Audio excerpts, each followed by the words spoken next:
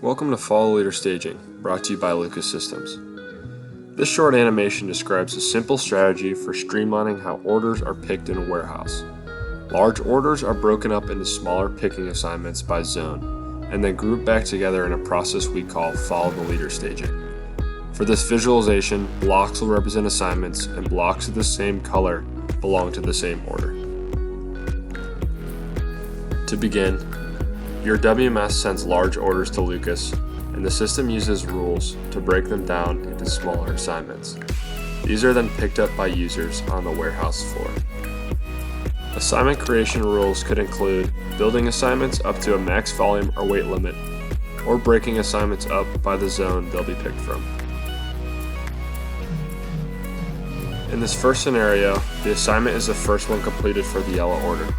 Jennifer lets the user determine where to stage the assignment, and therefore the yellow order.